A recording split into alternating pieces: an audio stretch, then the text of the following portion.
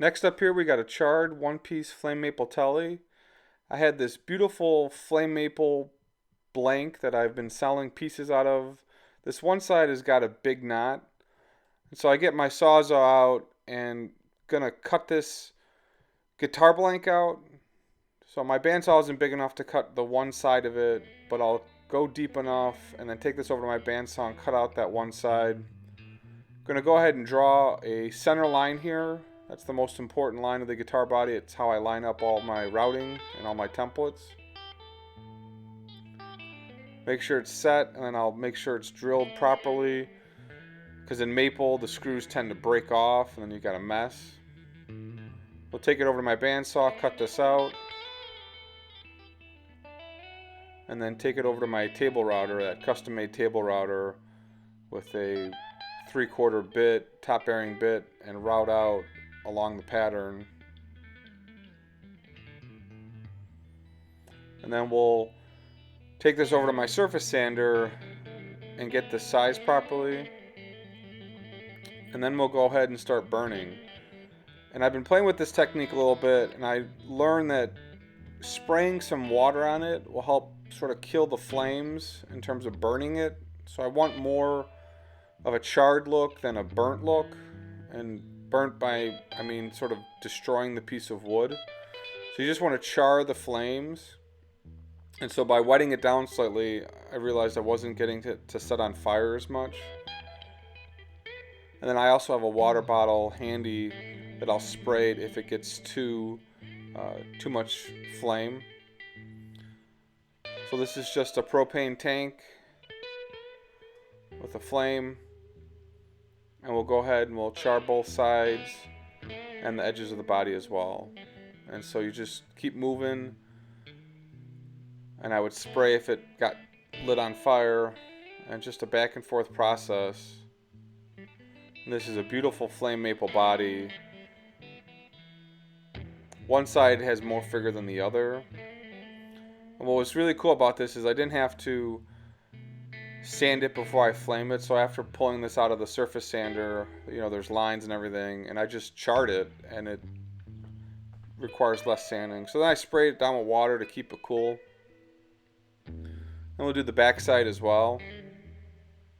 And again, this is just a slow process. This took me about, I'd say, a half hour to do. But it's a really neat technique. And we'll flip it on its side. And burning the sides actually left a little cracking here and there. So I was really watching to make sure I didn't hold the heat there for too long.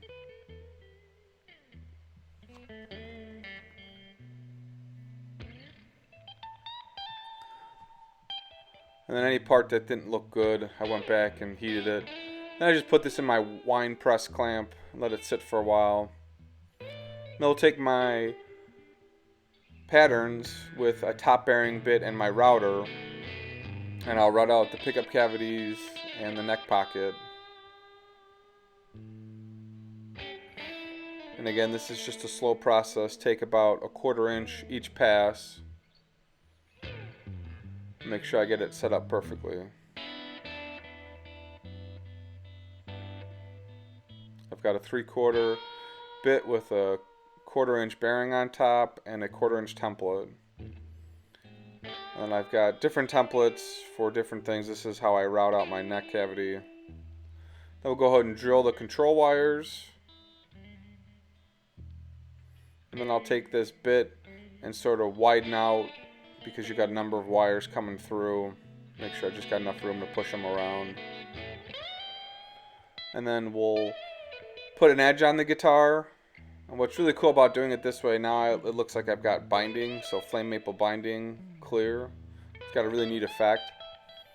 And then I'll take my sander and sand off some of the burnt so you get more figure and flame showing.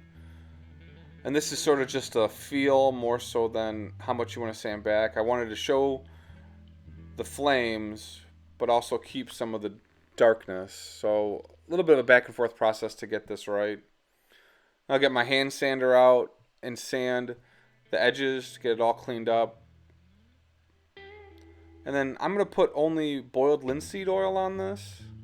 I wanted a flat finish. I don't want a glossy finish, and so I put about 3 or 4 coats of boiled linseed oil on it. And then as I was working with the owner, he wanted a tummy cutout, and I've got this tummy cutout jig that I've demoed in another video. You clamp it on, take it over to the bandsaw, and you just cut this out. This is a real safe way of doing this on a bandsaw without having any fingers or anything really close to this. I can also do this with a grinder or with a spoke shave. So after I was all done, cut this out, sanded it down again, and then applied some more linseed oil to this one spot. And I actually think this looks pretty awesome. So you see it's all charred up, but then you've got this beautiful figure that you can look at. I was tempted to do an arm cutout as well, but that wasn't requested. So here's the body. Looks really neat. Some really cool effects with the cutout, with the flame, with the figure. This is it in the light. In the sunlight, looks way different. So between light and dark, it looks just amazing. You got that binding, and then you got the cutout. Really happy with the way this turned out. So thanks for watching, guys. See you in the next vid.